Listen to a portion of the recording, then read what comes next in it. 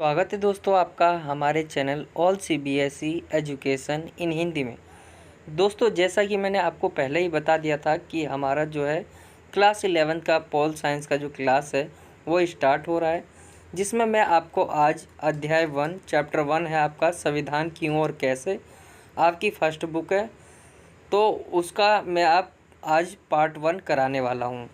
तो इस अध्याय में हम आपको जो है जो आपका चैप्टर 1 है उसका बुक जो है वो कंप्लीट करवाएंगे धीरे धीरे। तो आज का चैप्टर 1 है संविधान क्यों और कैसे। इस अध्याय में आपको जो है निम्न बातों का ज्ञान होगा। तो पहले मैंने ये बता दिया है कि आपको क्या क्या पढ़ने वाले हैं इस अध्याय में। तो देखिए, पहला है संविधान किसे कहते हैं, संविधान समाज को क्या देता है, संविधान समाज में शक्तियों का बंटवारा कैसे करता है और भारत का संविधान कैसे बनाया गया। तो ये जो है आपकी बुक में दे रखा है, जिसमें आपके कुछ पहले ही बता रखे कि आप क्या पढ़ने वाले हो इस बुक चैप्टर में। तो चलिए स्टार्ट करते हैं आज के चैप्टर को। चैप्टर आपका स्टार्ट होता है यहाँ से। तो यहाँ है आपका संविधान किसे कहते हैं। तो चैप्टर का नाम ही है संविधान क्यों और कैसे। तो पहले हम देखेंगे संविधान कहते किसे है। तो संविधान एक लिखित दस्तावेज होता है जिनके द्वारा किसी देश में शासन व्यवस्था चलाई जाती है। संविधान क्या है, एक लिखित दस्तावेज है। जैसे एक किताब लिखी होती है वैसे ही संविधान भी लिखा होता है, और इसके माध्यम से जो है शासन व्यवस्था चलाई जाती है किसी भी देश की। इसमें क्या होता है, नियम, कायदे, कानून, सरकार की शक्तियाँ, अधिकार आदि के बारे में विस्तार से लिखा होता है, और उसे ही हम संविधान कहते हैं, उसे संविधान कहते हैं। तो आई होप कि आपको पता चल गया होगा कि संविधान किसे कहते हैं। संविधान एक ऐसा लिखित दस्तावेज होता है जिनके द्वारा किसी देश में शासन व्यवस्था चलाई जाती है। इसमें नियम, कायदे, कानून, सरकार की शक्तियाँ, अधिकार आदि के बारे में विस्तार से लिखा होता है, उसे संविधान कहते हैं। चलते हैं आगे। ये मैंने ऐसी लिख दिया है कि आपकी जो जानकारी है उसके लिए, कि आप जाने कि हमारा भारत का संविधान है वो कब बना था। तो यहाँ क्वेश्चन मार्क नहीं है। संविधान जो बना था आपका वो तो बन के रेडी हो गया था आपका 26 नवंबर 1949 को, लेकिन जो संविधान लागू हुआ, जिसे लागू करने का मतलब है कार्य में लाना, इस टाइम से 26 जनवरी 1950 से आपका जो संविधान है वो लागू हो गया था हमारे देश में, और संविधान के ही हिसाब से हमारे जो कामकाज थे, सरकारी कामकाज, देश कैसे चलाना, वो शुरू कर दिया गया था। तो आई होप कि आपको ये पता चल गया होगा। चलते हैं, नेक्स्ट है आपका टॉपिक है ये बुक में। टॉपिक 1 है आपका हमें संविधान की क्या आवश्यकता है। तो ये आपकी बुक में टॉपिक होगा, हमें संविधान की क्या आवश्यकता है, और ये आपका टॉपिक 1 है। तो देखिए इसके आंसर है, संविधान तालमेल को बढ़ाता है और भरोसा दिलाता है। एक पॉइंट। अब देखिए तालमेल को कैसे बढ़ाता है और भरोसा कैसे दिलाता है। संविधान का क्या होता है कि पहला काम यह है कि वह बुनियादी नियमों का ऐसा समूह उपलब्ध कराए जिससे समाज के सदस्यों में एक न्यूनतम समन्वय और विश्वास बना रहे। देखिए इसका कहने का मतलब ये है कि संविधान का जो पहला काम है वो एक बुनियादी नियम का उपलब्ध करवाना है। जनता को क्या है कि एक ऐसा नियम उपलब्ध कराए कि जिससे समाज में सदस्य जो है, रहने वाले लोग जो है, उनके बीच जो क्या है विश्वास बना रहे, आपसी विश्वास बना रहे और न्यूनतम समन्वय बना रहे। मैं एग्जांपल देके आपको समझाता हूँ। मान लीजिए धर्म की बात करें हम, आप जानते होंगे हिंदू है, एक हिंदू है, मुस्लिम है, सिख है, ईसाई है। तो ऐसे हमारे देश में क्या है कि 4 तरह के, और उसके अलावा भी है जो धर्म को नहीं मानते, ऐसे लोग रहते हैं। तो अब ऐसे में क्या है, किसी धर्म के बीच अगर आपसी मतभेद हो जाए तो उस समय जो है उनके बीच आपसी जो विश्वास पैदा करना है और उनकी समस्या का समाधान करना है, कैसे करना है, ये भी संविधान ही बताता है। तो ये इसका पहला कार्य है, और ये जो है हमें इसलिए आवश्यकता पड़ती है कि कभी विरोधाभास हो गया धर्मों के बीच, हिंदू धर्म हो गया, मुस्लिम धर्म हो गया, ईसाई हो गया या सिख हो गया, तो इन धर्मों के बीच जो है मतभेद ना बने, या मतभेद बने भी तो उनको सुलझाने के लिए हमें संविधान की आवश्यकता पड़ती है। एक पॉइंट आई होप कि आपको ये समझ आ गया होगा। चलते नेक्स्ट है दूसरा, निर्णय लेने की शक्ति की विशिष्टता है।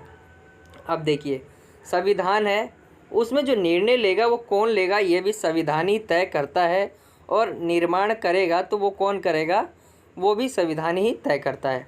संविधान का दूसरा काम होता है, संविधान का दूसरा काम यह स्पष्ट करना है कि समाज में निर्णय लेने की शक्ति किसके पास होगी। संविधान यह भी तय करता है कि सरकार कैसे निर्मित होगी।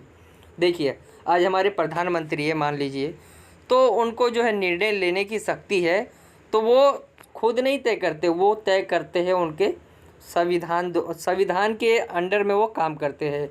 संविधान जो कहता है उसके हिसाब से वो काम करते हैं, उससे ऊपर नहीं जा सकते। तो ऐसे ही ये है कि निर्णय निर्माण शक्ति की विशेषताएं जो है, इसका जो डेफिनेशन है, संविधान का दूसरा काम यह स्पष्ट करना है कि समाज में निर्णय लेने की शक्ति किसके पास होगी। संविधान यह भी तय करता है कि सरकार कैसे निर्मित होगी। आई होप कि आपको ये समझ आ गया होगा। मैं एग्जांपल दे के भी आपको समझा सकता हूँ।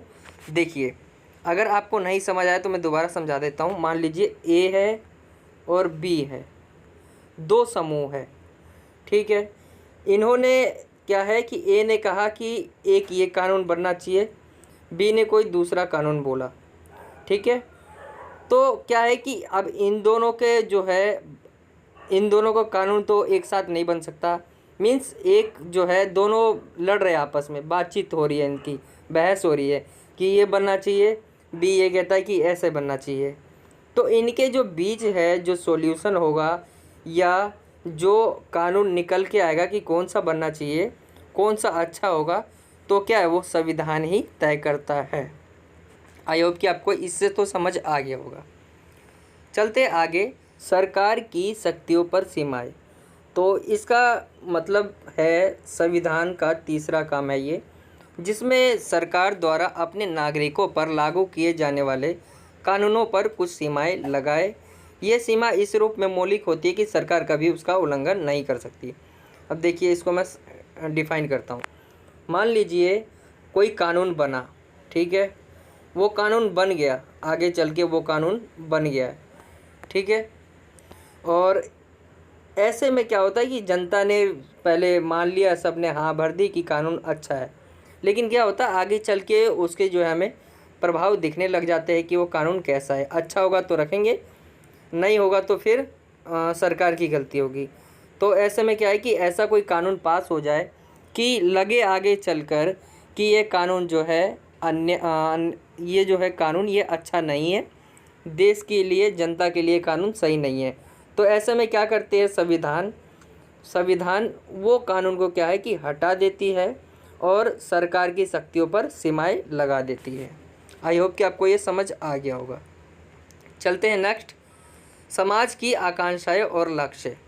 तो संविधान का चौथा काम यह है कि वह सरकार को ऐसी क्षमता प्रदान करे जिससे वह जनता की आकांक्षाओं को पूरा कर सके और एक न्यायपूर्ण समाज की स्थापना के लिए उचित परिस्थितियों का निर्माण कर सके।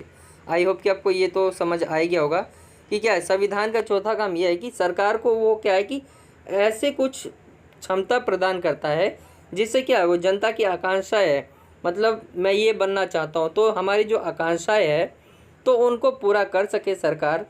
तो संविधान ही इसको क्या है कि क्षमता प्रदान करती है सरकार को। सरकार और संविधान अलग है, ठीक है। संविधान के ही अंडर में सरकार चलती है। तो क्या है कि सरकार को क्या है कि कुछ क्षमता प्रदान करती है जिसमें जनता की जो आकांक्षाएं है, इच्छाएं है, उनको पूरा कर सके और एक न्यायपूर्ण समाज की स्थापना के लिए जो परिस्थितियां है, उचित परिस्थितियां, उनका निर्माण कर सके। इसलिए भी हमें संविधान की आवश्यकता है।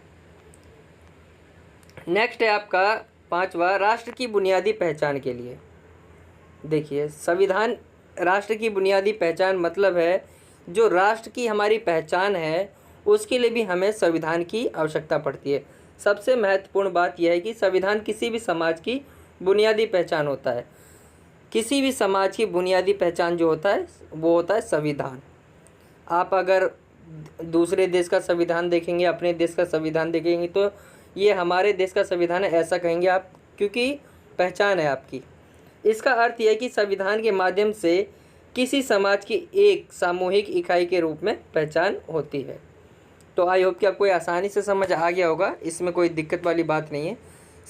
राष्ट्र की बुनियादी पहचान में यही है कि जो संविधान है वो किसी भी समाज की बुनियादी पहचान होता है। इसका अर्थ यह है कि संविधान के माध्यम से ही किसी समाज की एक सामूहिक इकाई के रूप में पहचान होती है।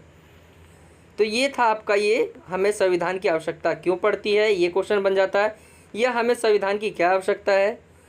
तो ऐसे कई सारे घुमा के क्वेश्चन आपके पूछ लिए जाते हैं, लेकिन आपके जो ये थे पॉइंट्स आई होप कि आपको ये पूरे समझ आ गए होंगे। मैंने 1 बाय 1 अच्छे तरीके से एक्सप्लेन करने की कोशिश करी है। तो अब चलते हैं नेक्स्ट टॉपिक पर। नेक्स्ट है आपका भारतीय संविधान सभा का निर्माण। तो देखिए, भारत का जो संविधान था वो बन रहा था, तो पहले उसमें संविधान जो सभा है उसका निर्माण किया गया था। तो जुलाई 1945 में इंग्लैंड में नई लेबर पार्टी सत्ता में आई, और क्या है कि उसी समय जो है संविधान बनने का मार्ग खुला था। लॉर्ड वेवल ने इसकी पुष्टि की थी कि संविधान बनाएंगे। तो यहाँ पे जो निकला था ये संविधान बनाने का मार्ग खुला था, इस समय सोच आई थी। नेक्स्ट है आपका कैबिनेट मिशन। तो कैबिनेट मिशन जो था, इसके तहत संविधान सभा नवंबर 1946 में अस्तित्व में आया। जो संविधान बनाने के लिए संविधान सभा जो बनाई गई थी वो इस समय अस्तित्व में आया था, और इसकी कुछ मुख्य विशेषताएं इस प्रकार से थी। इसमें कहा गया था, मतलब बातें थी इनकी, कुल जो संख्या थी सीटों की 389 थी। इन सीटों में से 93 सीट जो होगी वो देसी रियासतों, जो हमारी देसी रियासतें थी, तो उनके पास होगी 93 सीटें, और देसी रियासतों को, और 293 सीट जो होगी वो शेष बचे हुए ब्रिटिश भारत के आवंटित, यानी जो शेष भारत है, ब्रिटिश भारत है, उनमें जो है बांटा जाएगा। 293 सीट जो बची हुई है, और इनमें कौन कौन से थे, प्रत्येक प्रांत और सामंती राज्य को उनकी जनसंख्या के अनुपात में सीटें जो है आवंटित की गई। मीन्स आपका जो प्रत्येक प्रांत है और सामंती राज्य है उनकी जनसंख्या के अनुपात में, यानी जो वहाँ पे क्या था 10 लाख पे करीब एक सीट थी आपकी, 10 लाख जनसंख्या पर जो है एक सीट थी। तो ऐसे ही, और ये जो सीटें थी आपकी 293, तो ये आगे है, यहाँ पे है ब्रिटिश भारत के अंतर्गत सभी सीटों को मुसलमानों, सिखों, सामान्य लोगों के बीच विभाजित किया गया था। तो जो ये आपकी जो सीटें थी, ये 293 सीटें, ये इनके बीच जो है बांटी गई थी। आई होप कि आपको ये समझ आ गया होगा। नेक्स्ट है प्रत्येक समुदाय के 4 प्रतिनिधियों का चुनाव प्रांतीय विधान सभा में मतदान द्वारा किया गया था। ठीक है, रियासतों को के जो प्रमुखों को यह अधिकार दिया गया था कि वे अपने प्रतिनिधियों का चुनाव स्वयं कर सके। और इससे पहले ही क्या होता है कि 3 जून 1947 माउंटबेटन योजना के अनुसार भारत पाकिस्तान जो है विभाजन परिणाम स्वरूप पाकिस्तान के जो 3 जून 1947 को क्या होता है कि 3 जून 1947 माउंटबेटन योजना के अनुसार भारत पाकिस्तान विभाजन हुआ। परिणाम स्वरूप पाकिस्तान के सदस्य संविधान सभा के सदस्य नहीं रहे, और भारतीय संविधान सभा के वास्तविक सदस्य संख्या जो है 299 रह गई। तो ये था आपका संविधान सभा जो था वो कैसे बना, इस तरह से बना। मैं आगे आपको दूसरे पार्ट में समझाऊंगा, बताऊंगा कि फिर उसके बाद जो हमारा संविधान कैसे बना, यानी संविधान सभा का स्वरूप आगे जो है, इसके आगे मैं आपको पार्ट 2 में बताऊंगा। आई होप कि आपको ये समझ आ गया होगा।